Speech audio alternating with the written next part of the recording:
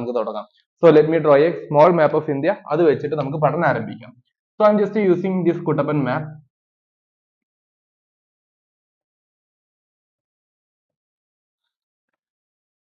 Hope it is good അല്ലേ?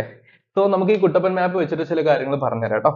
ആദ്യം തന്നെ നമ്മുടെ പോസ്റ്റ് മൗര്യൻ എന്ന് പറയുന്ന ഒരു പീരീഡ് പറയുമ്പോൾ we can simply classify from 2nd century BC till 3rd century AD. അങ്ങനെ ഒരു 500 വർഷത്തെ ചരിത്രമാണല്ലോ ഉള്ളത്. ഇതാണ് പീരീഡ്. സോ ഈ പീരീഡ് നമ്മൾ മനസ്സിലാക്കി. നമ്മുടെ ഡിസ്കഷൻ എവിടെ നിന്ന് ആരംഭിക്കുന്നത്? From the decline of this Mauryan Empire.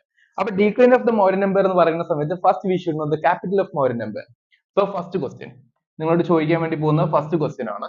ഇവിടെ മാർക്ക് ചെയ്തിരിക്കുന്ന മൗര്യൻ എംപയറിന്റെ ക്യാപിറ്റൽ ഏതായിരുന്നു? വെരി സിമ്പിൾ ആണ്. അതിന്റെ രണ്ട് ഉത്തരങ്ങൾ നിങ്ങൾ എഴുതണം.